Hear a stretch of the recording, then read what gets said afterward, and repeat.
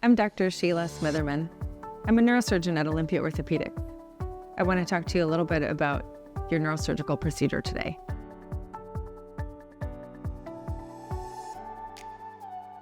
I want to talk to you a little bit about something that's probably a new diagnosis for you and probably very intimidating and maybe even scary.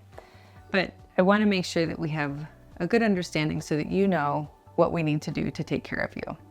If you have been diagnosed with a new brain tumor, that can be a lot of information to process, and you can be feeling a lot of things. Probably also scared about the possibility of surgery. There are lots of things to learn and understand before you get to the step of surgery, but that process doesn't have to be overwhelming, and I'd like to talk you through some of those steps today. Brain tumors can come in a lot of different forms, and they can be located anywhere in the brain. Some brain tumors manifest themselves or show up for the first time because you have weakness or numbness in a part of the body or the face. Headaches can be the first symptom. Sometimes a difficulty with talking can be the first symptom, or a seizure.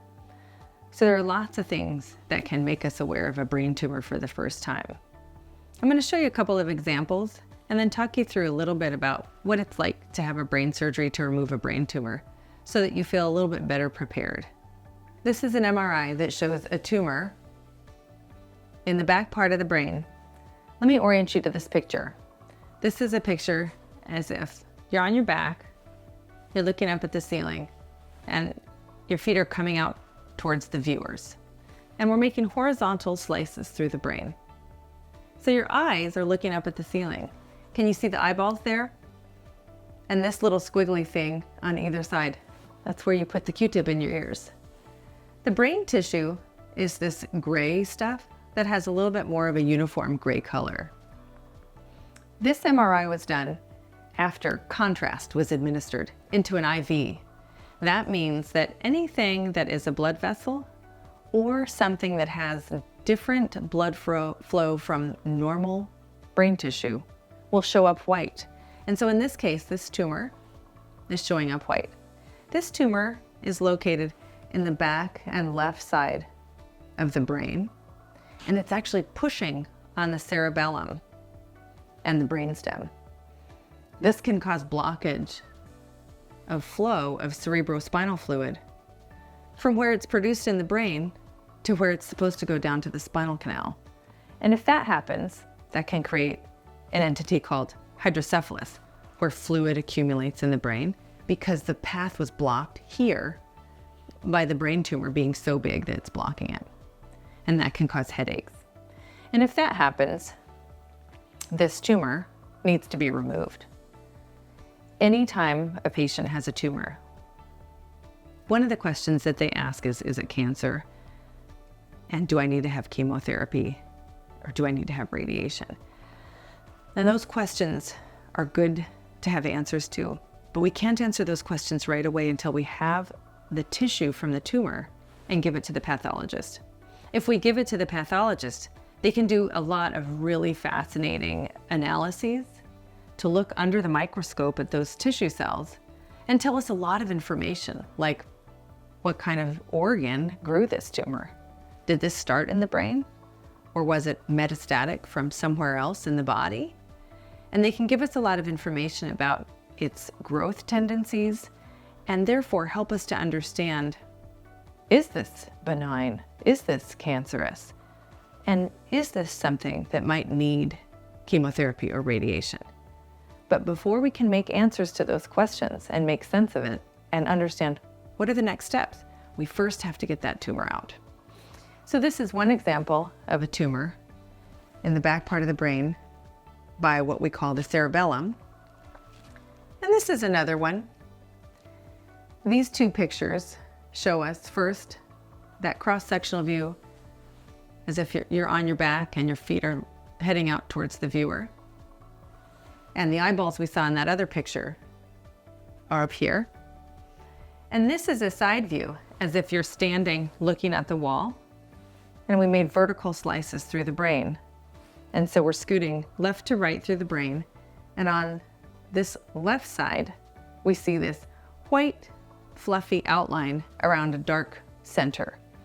The normal brain is all this shades of gray, but this bright white shows us this is not supposed to be there. And this is a tumor that became known because of a transient or brief episode of not being able to talk. And an MRI was obtained, and this is what we see. We don't know if it's benign or malignant or what it is until we take it out and give it to the pathologist. So that's the next step. Let me show you. Once we've had a chance to talk about all of your questions and make sure that you have some clear answers on how we do this, if you feel ready to go to the operating room, that's what we'll do. Before we've gone to the operating room, one of those MRI scans actually is a special specific sequence called a stealth sequence that helps us to map your brain in the operating room using that MRI to guide exactly where the incision could be optimally placed on the scalp, and then to know how deep in the brain this tumor is and where we are relative to that tumor and its depth. So it's like GPS for brain tumor removal. And that MRI helps us once we get you off to sleep. In the operating room, the anesthesiologist will get you off to sleep and make sure that you're asleep for the surgery the whole time. I'll then put you positioned on the table to allow access to the area where the tumor is. In the case of that first tumor, that patient actually needed to be on her belly so that I could get to the back of the brain. This tumor requires access to the left frontal lobe. So you'll be on your back with your head tilted so that I can get to this area right here. Once I've mapped out everything with the MRI, I clip the hair a little bit just to give me enough space to make an incision.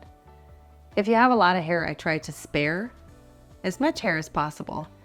So I just shave a thin strip and keep the rest of your hair out of the way. That way, after surgery, when you've gone home, you can brush your hair and it will cover the incision. Once we get underway, I open the scalp and then I'm looking at the skull.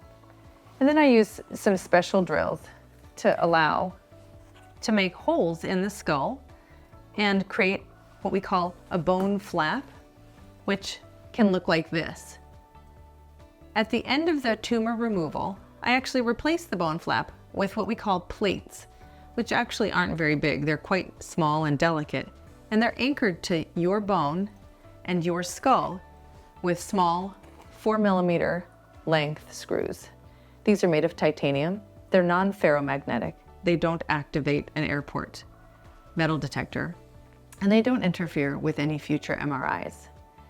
So no one will know that they're there except for you. Once that bone flap is replaced after I've taken the tumor out, we'll wake you up and take you to the ICU to recover overnight.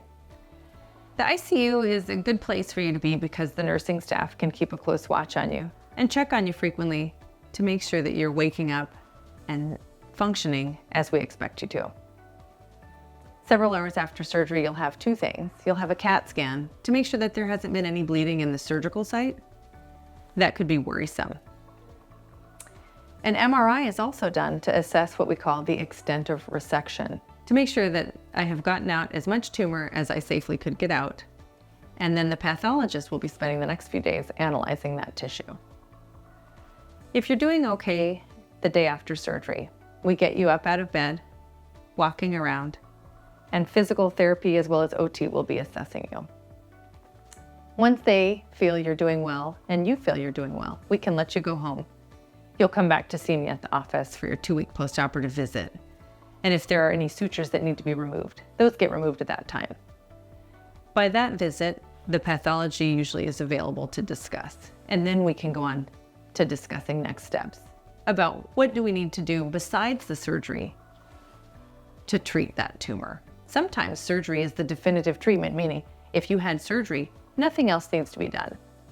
Sometimes additional chemotherapy or radiation or both need to be done, and the timing of that gets determined after that 2-week postoperative visit.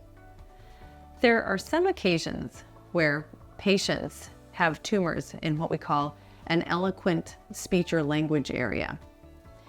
If that's the case, Some patients actually can help with the tumor resection by allowing us to wake them up for a portion of the tumor resection or removal, and doing some back and forth talking with my speech therapist and I in the operating room so that we can map out where your language function is in the brain and safely avoid that area, but still get as much of the tumor out as we safely can. Oftentimes that is a surgery done specifically for tumors in the temporal lobe or the back part of the frontal lobe on the left-hand side. And that's called an awake craniotomy. It doesn't mean you're awake the whole time, but it means that we wake you up for a portion of it so that we can do some talking and stimulating the brain surface to map out where your language and speech function is and make sure to protect that area while we're doing the tumor removal. And that surgery is something that is done with careful discussion between me and you to make sure that you feel comfortable with that process before we do that. Thank you for joining me today. Thanks for giving me the opportunity to teach you a little bit about your neurosurgical procedure. If you have more questions or want to come for a visit at the office, please call my office or visit the website at oleortho.com.